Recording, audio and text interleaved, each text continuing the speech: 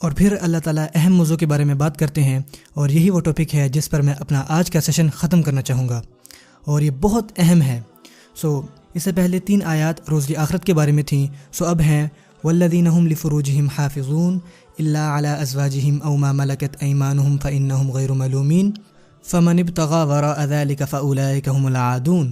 پھر سے 3 آیات کسی ایک موضوع پر۔ اس سے پہلے 3 آیات کون سے موضوع پر نازل ہوئی تھیں؟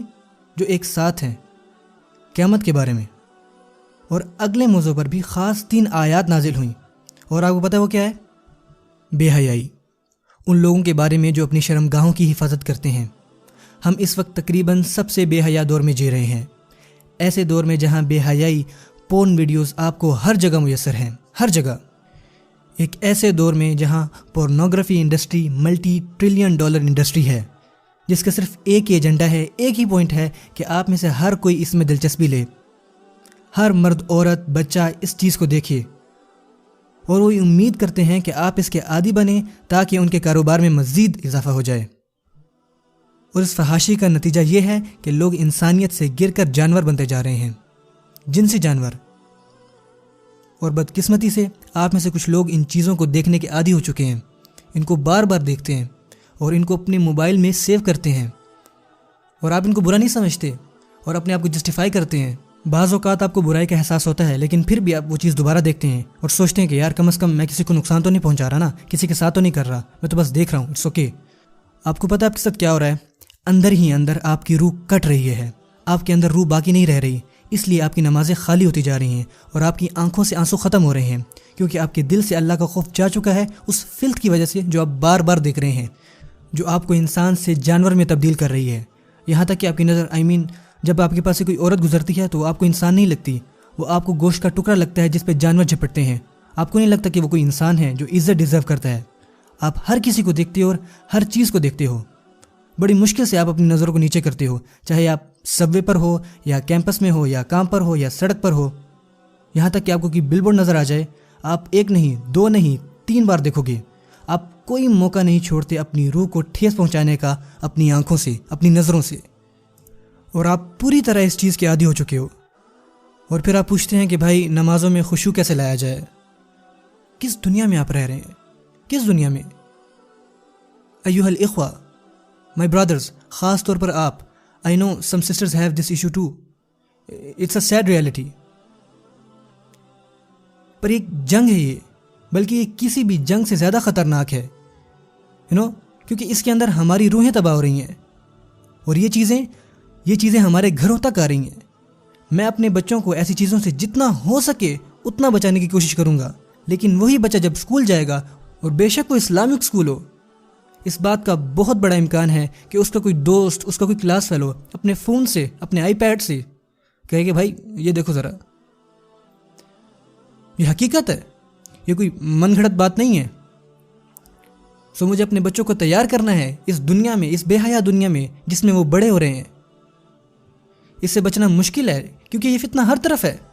آپ چاہے اسلامک لیکچر یوٹیوب پہ دیکھ رہے ہوں تو وہاں کہیں نہ کہیں ارد گرد کچھ نہ کچھ ایسا ضرور ہوگا جو فحاشی کا ذریعہ ہوگا، اور مجھے نہیں لگتا کہ یہ بائی ایکسیڈنٹ ہے۔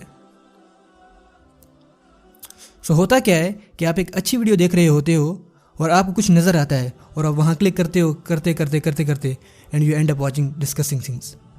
والذین هم لفروجہم حافظون، اسپیشلی جب ان کی شرمگاہوں کا معاملہ آتا ہے تو وہ اس کی حفاظت کرتے ہیں، وہ اپنی حیا کا پاس رکھتے ہیں۔ بھائی اس کا حل بتاؤ، کیا میں شادی کر لوں؟ جیسے ایک بھائی نے پچھلے دن سوال کیا تھا، اور میں اتنی جلدی کیسے شادی کر سکتا ہوں؟ نہیں بھائی، اس کا علاج شادی نہیں ہے، کیونکہ آپ ابھی ایسے ہیں تو آپ شادی کے بعد بھی ایسے ہی رہیں گے۔ اگر آپ کے پاس ابھی شرم نہیں ہے تو شادی کے بعد بھی آپ کے پاس کوئی شرم نہیں ہوگی، آنیسٹلی۔ اور آپ سمجھتے ہیں کہ شادی آپ کے اس مسئلے کو دور کر دے گی؟ نہیں، ایسا نہیں ہے۔ اس کا حل ذہنی اور روحانی حالت کو ٹھیک کرنا ہے۔ آپ کا حل سائیکولوجیکل ان نیچر ہے، آپ کو مدد کی ضرورت ہے۔ آپ کو خود کو روکنا ہوگا، خود کو اس طرح ہرٹ کرنے سے روکنا ہوگا۔ یقین کریں، مجھے ایک ای میل ملی فرام ٹینیجر جو کہ عادی تھا ان چیزوں کا، انونیمس ای میل، 14-15 سال کا لڑکا۔ وہ لکھتا ہے کہ میں مرنا چاہتا ہوں کیونکہ میں خود کو روک نہیں پا رہا، اور میں یہ چیزیں 11 سال کی عمر سے دیکھ رہا ہوں، اور میرے ماں باپ کو اس بات کا نہیں پتہ، اور جب میں یہ سب پڑھتا ہوں تو میں روتا ہوں، کیونکہ یہ اکیلا بچہ نہیں ہے، اس طرح کے لاکھوں مسلمانوں بچے ہیں، اور ہمیں ان سب کی مدد کرنی ہے، ہم سے جتنی مدد ہو سکی۔ پر ہمارے پاس اتنے وسائل نہیں ہیں جتنے کہ ان سب کو پھیلانے والوں کے پاس ہوتے ہیں. اور یہ کوئی ریئلسٹک بات نہیں ہوگی اگر میں کہوں جی فیس بک، یوٹیوب، ٹویٹر، انٹرنیٹ یہ سب حرام ہے. اٹس ناٹ ریئلسٹک، کیونکہ یہ آج کے زمانے میں آکسیجن کی طرح کامن ہے. جو طریقہ ہم اپنا سکتے ہیں وہ یہ ہے کہ ہم اپنے بچوں کے ساتھ میچور بات کریں، کھل کر بات کریں اور ان کو بتائیں، سمجھائیں کہ کس طرح اس سے بچا جا سکتا ہے. اور جو ایلڈرز یہاں بیٹھے ہیں، stop watching Indian movies guys. آپ یہاں نماز، حیا، شرم کی بات کر رہے ہیں اور آپ خود اپنی شرم کی حفاظت نہیں کر رہے، اور گھر جا کے مائیں، بہنیں، بیٹیاں، خاوند، بہنیں سب اکٹھے بیٹھ کے جو جی میں آ رہا ہے وہ دیکھ رہے ہیں. کم آن. والذین هم لفروجہم حافظون، وہ اپنی شرم گاہوں کی حفاظت کرتے ہیں. اور شرم گاہوں کی حفاظت کرنے کا مطلب یہ نہیں ہوتا کہ آپ بس زنا نہیں کرتے، بلکہ ہر وہ کام جو آپ کو زنا کے قریب کرے اس سے بچتے ہیں، چاہے وہ کچھ بھی ہو. وہ اپنی حفاظت کرتے ہیں. انہیں پتہ چل جاتا ہے کہ ان کی حیا، ان کی شرم انڈر اٹیک ہے.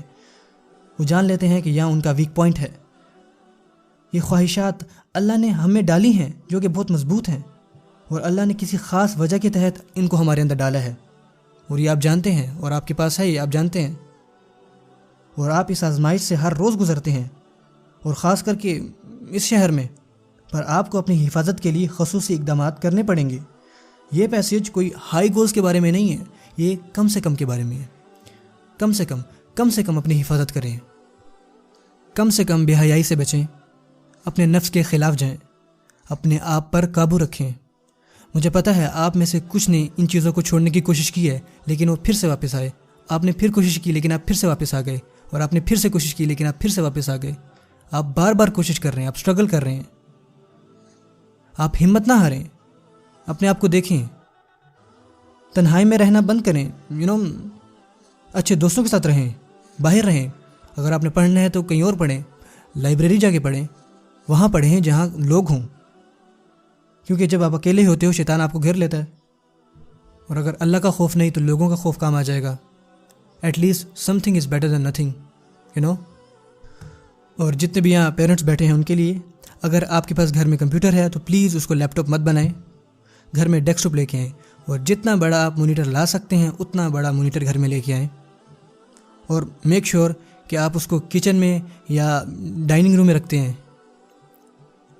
اس کمپیوٹر کو اپنے بیڈ روم میں نہ رکھیں، نہ کہ کڈز روم میں رکھیں، ڈائننگ روم میں رکھیں، تاکہ آتے جاتے لوگوں کی نظر پڑے وہاں پہ. اگر کسی نے وہاں ہوم ورک کرنا ہے تو وہاں جا کے کرے. That's how you should have it. آپ کو تھوڑی بہت احتیاط رکھنی پڑے گی. اپنے 11 سال کے بچے کو اسمارٹ فون مت دیں. آپ کیا سوچ رہے تھے؟ یہ کوئی اسمارٹ کام نہیں تھا.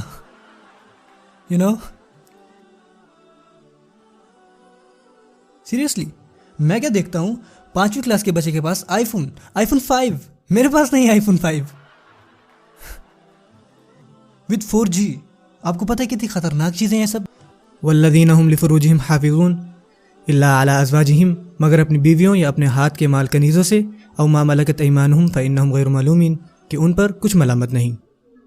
اللہ جانتے ہیں کہ ہمیں یہ خواہشات ہیں، اور اللہ نے ان کا حلال طریقہ بتا رکھا ہے، اس کے علاوہ کہیں اور سے نہیں.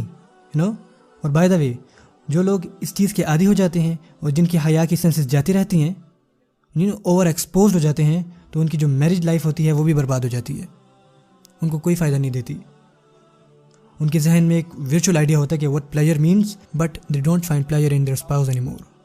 اور پھر نیا فتنہ گھروں میں آ جاتا ہے، نئے مسئلے جو کہ گھر کے گھر تباہ کر دیتے ہیں مسلمان گھرانے.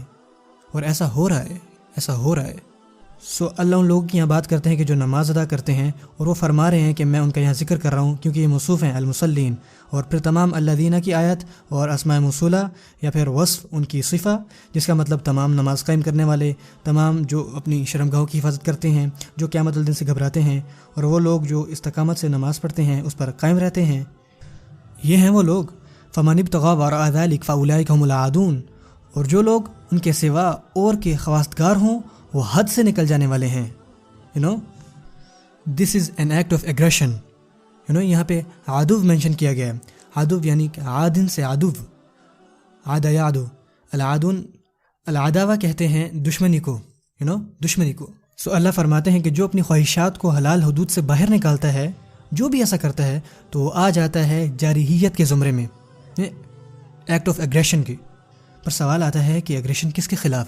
کیونکہ جب آپ کہتے ہیں کہ دشمن تو آپ پوچھتے ہیں کہ دشمن کس کے خلاف اور اللہ نے یہاں پہ مفعول مینشن نہیں کیا، کوئی جار مجرور نہیں کیا، تو اس کا مطلب یہ ہے کہ وہ خود کے دشمن ہیں، اپنی فیملی کے دشمن ہیں، یہاں تک کہ اللہ کے احکامات کے بھی دشمن ہیں۔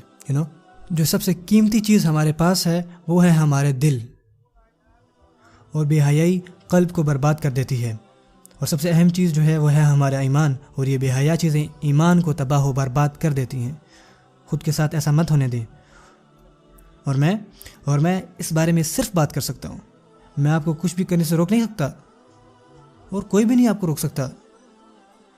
آپ نے اپنی مدد خود کرنی ہے، اپنے آپ کو خود قابو کرنا ہے۔ آپ کو یہ فیصلہ کرنا ہے کہ میرا ایمان زیادہ اہم ہے کہ نہیں، میری نماز کچھ معنی رکھتی ہے میرے لیے یا نہیں۔